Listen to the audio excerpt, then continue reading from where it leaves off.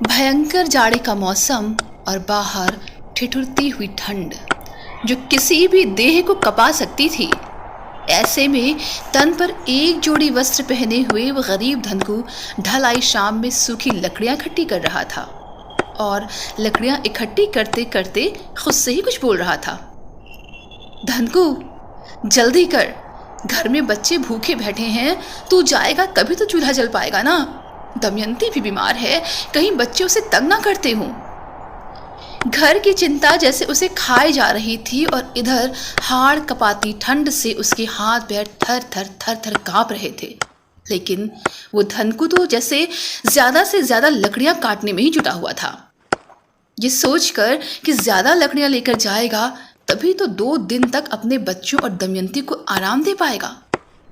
ऐसा नहीं था कि लालची था धनकू, बस वो तो ये सोच रहा था कि इतनी लकड़ियां ले लूं कि कम से कम 2 दिन का काम चल जाए, तो उन 2 दिनों में घर पर रहकर दमयंती की देखभाल कर सकूंगा और बच्चों के लिए भी कम से कम 2 दिन के खाने का इंतजाम भी हो जाएगा। बस ये सोचकर जैसे लकड़ियां काटने में लग गया था वो। अब उसकी कुल्हाड़ी और भी तेज रफ्तार के साथ उन पेड़ों पर चलने लगी थी ताकि ज्यादा से ज्यादा लकड़ियां काटकर वो अपने साथ अपने घर ले जा सके। थर थर कपाती ठंड में भी उसके हाथ जैसे रुक नहीं रहे थे, क्योंकि मन में बस उन बच्चों और अपनी पत्नी का ही ख्याल था। अब सूरज डूबने लगा था और इधर धनकू के हाथ पांव भी लगभग थक चुके थे। उसने अब लकड़ियों के गट्ठर को सर पर लादा और चल पड़ा घर की ओर। तेज रफ्तार से बहती हवाएं जैसे उसके गालों पर थपेड़े दे रही थीं। इधर चीरती हुई ठंड से लड़ते हुए धनकू घर के नजदीक पहुंचने ही वाला था और जैसे ही घर के नजदीक पहुंचा लगभग दौड़ पड़ा था वो। बच्चों, मैं आ गया मेरे बच्चों। दमयंती कहाँ है तू? देख, मैं आ गया हूँ। अब जल्दी से चूल्हा जलाकर खाना बनाता हूँ और फिर हम सब मिलकर खाएंगे।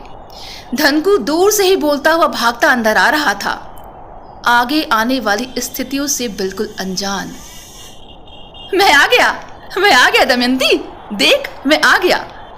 ये कहते हुए जैसे ही दरवाजे को धकेल कर अंदर कदम रखता है, अपने बच्चों के रोने की आवाज सुनकर सहम जाता है और उसकी नजर दमयंती पर पड़ती है। वो दमयंती जो अपनी खुली आंखों से एकटक शून्य में ताक रही है।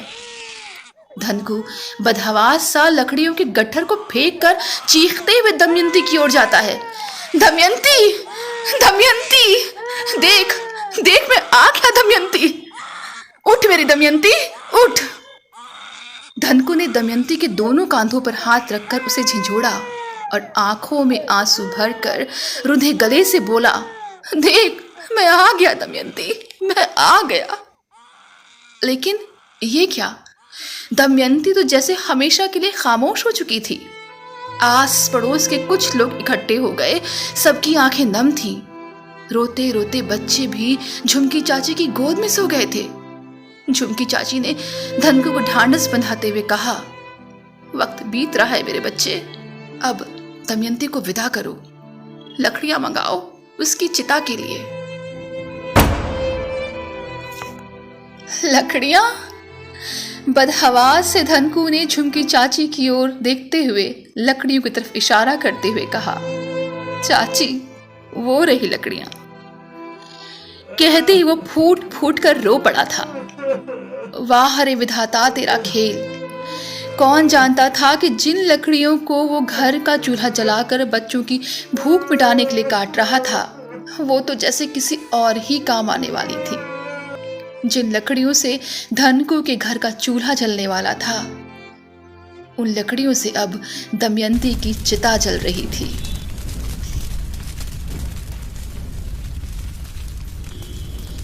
आग तो जल रही थी, पर घर के उस चूल्हे की नहीं, बल्कि उस चिता की जिस पर अब दमयंती लेटी हुई थी।